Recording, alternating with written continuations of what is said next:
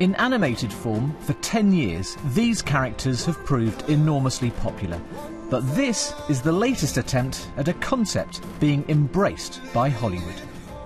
There was a time when a hit stage production, if it was really successful, might get turned into a film.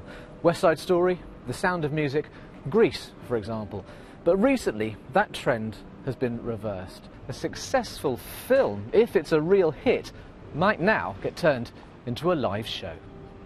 These big film companies are realizing, you know what, when I have a live show, I'm taking my brand or my ideas and I'm letting it live more and more, because they're realizing that these are like, we go on for 5 years, we go on for 10 years.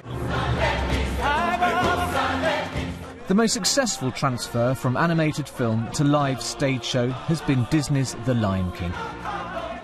It's now Broadway's highest-grossing musical ever, taking more than $800 million in US ticket sales alone. Shrek, Beauty and the Beast, The Little Mermaid, many others have tried to emulate its phenomenal success. Film companies are worried about piracy, aren't they? But you can't pirate this, you can only see this. So is it a way of protecting their brand?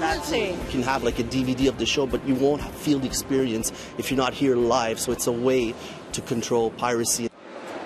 Is there any risk when you do productions like this that people are familiar with the film and if for any reason they don't like the live show, it kind of tarnishes it a bit? I think there's always a danger, but if you do it right, I think you enhance it. Maybe you haven't seen the movie, but you've come to the show, and then you're going to go home and want to see the movie again and buy the DVD. So it's kind of like a lucrative money-making exercise, effectively. Exactly. It's cyclical. As stage adaptations go, this production is ambitious, combining acrobatics, puppetry and ice skating.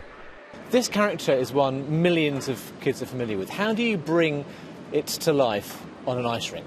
Audiences for film expect everything to be provided for them. You know, it's sort of hyper-real.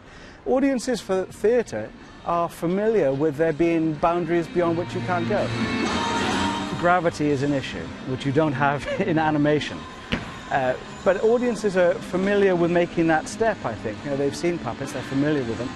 After its world premiere in London this week, Ice Age Live will embark on a 5-year global tour. The crowd-pulling, money-making potential for these characters seems far from extinct. Tim Muffet, BBC News.